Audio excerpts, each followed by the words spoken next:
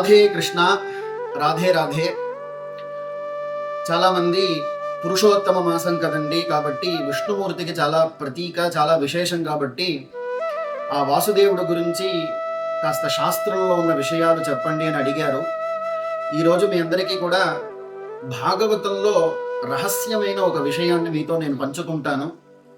ఏంటంటే, భాగవతంలో ఆ వాసుదేవుడికి ఒక 5 స్థితులు చెప్పబడ్డాయి. ఆ 5 స్థితులు, వాటి పేర్లు ఏమిటి అంటే పర, వ్యూహ, విభవ, అంతర్యామి, అర్చ అనేటటువంటి 5 స్థితులు అన్నమాట. ఒక్కొక్కటిగా చూద్దాం. ఇందులో మొదటిది పర అన్నటువంటి స్థితి. దాన్నే పరవాసుదేవుడు అని పిలుస్తారు.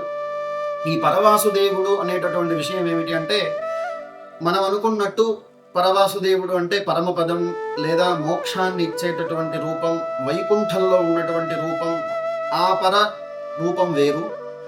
ఇక్కడ భాగవతంలో ఇక్కడ చెప్పబడ్డ విషయంగా పర అన్న పదానికి అర్థం ఏమిటి అంటే, బ్రహ్మాది దేవతలు అందరూ కూడా వచ్చి ఆయన్ని స్తుతించేటటువంటి ఆ వైకుంఠం ఏదైతే ఉందో దాన్ని కార్య వైకుంఠం అని పిలుస్తారు.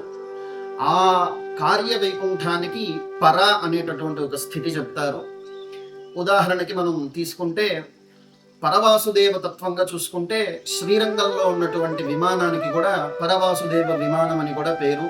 మనం ముత్తుస్వామి దీక్షితర్ గారి కృతులలో కూడా ఈ పరవాసుదేవ విమానం గురించి మనం ఆ కృతుల్లో ఉన్నాయి.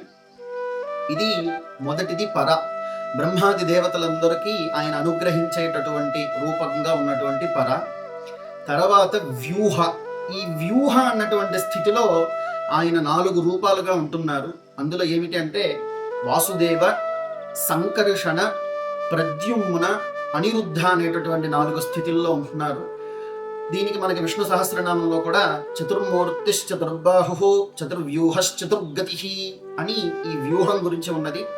అలానే ఈ అనిరుద్ధో ప్రతిరథ ప్రద్యుమ్నో మిత విక్రమ అనేది కూడా విష్ణు సహస్రనామంలో కనిపిస్తున్నది.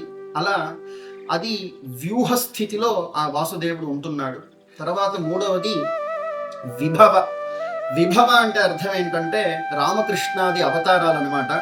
ఈ రామకృష్ణాది అవతారాలన్నీ కూడా ఆయన ఈ భూమి మీదకి వచ్చి ఆ అవతారానికి కూడా శాస్త్రంలో ఒక విషయం చెప్తారు.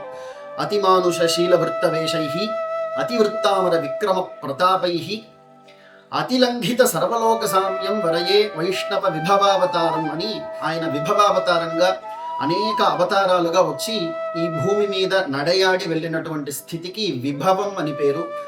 తర్వాత అంతర్యామి అనేటటువంటి స్థితి. ఈ అంతర్యామి అనేటటువంటిది సకల జీవరాశులలోనూ ఆయన ఆత్మారాముడుగా ఉంటున్నాడు, అంతర్యామిగా ఉంటున్నాడు. కాబట్టి ఈ అంతర్యామి అనేటటువంటి స్థితి. తరువాత అర్చావతారైహి అని. అర్చావతారమూర్తి అంటే ఆయనే వచ్చి ఆయనే అర్చావతారంలో ఉండి ఆయనే భక్తులని అనుగ్రహించేటటువంటి రూపం. ఉదాహరణకి సింహాచలంలో ఉన్నటువంటి అర్చావతారం, అన్నవరంలో ఉన్నటువంటి అర్చావతారం, ద్వారకా తిరుమల అర్చావతారం, ఆ వెంకటాద్రి సంస్థానం తిరుమలలో ఉన్నటువంటి అర్చావతారం, శ్రీరంగంలో ఉన్నటువంటి అర్చావతారం. ఇలా అర్చావతారంగా తాను ఉండి భక్తులని అనుగ్రహిస్తున్నాడు అనేటటువంటిది 5 రూపాలు. పర, వ్యూహ, విభవ, అంతర్యామి, అర్చాహ అని, అర్చైహి అని.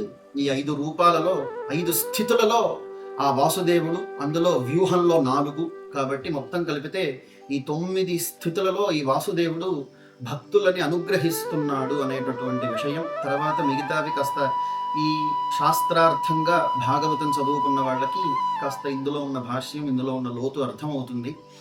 ఈ 5 స్థితులలో ఉన్నటువంటి భాగవత రహస్యంగా ఉన్నటువంటి ఈ వాసుదేవుడి యొక్క తత్వాన్ని అందరూ కూడా తెలుసుకొని ఆ వాసుదేవుడి యొక్క అనుగ్రహానికి పాత్రులవ్వాలి అని కోరుకుంటూ, రాధే కృష్ణ, రాధే రాధే.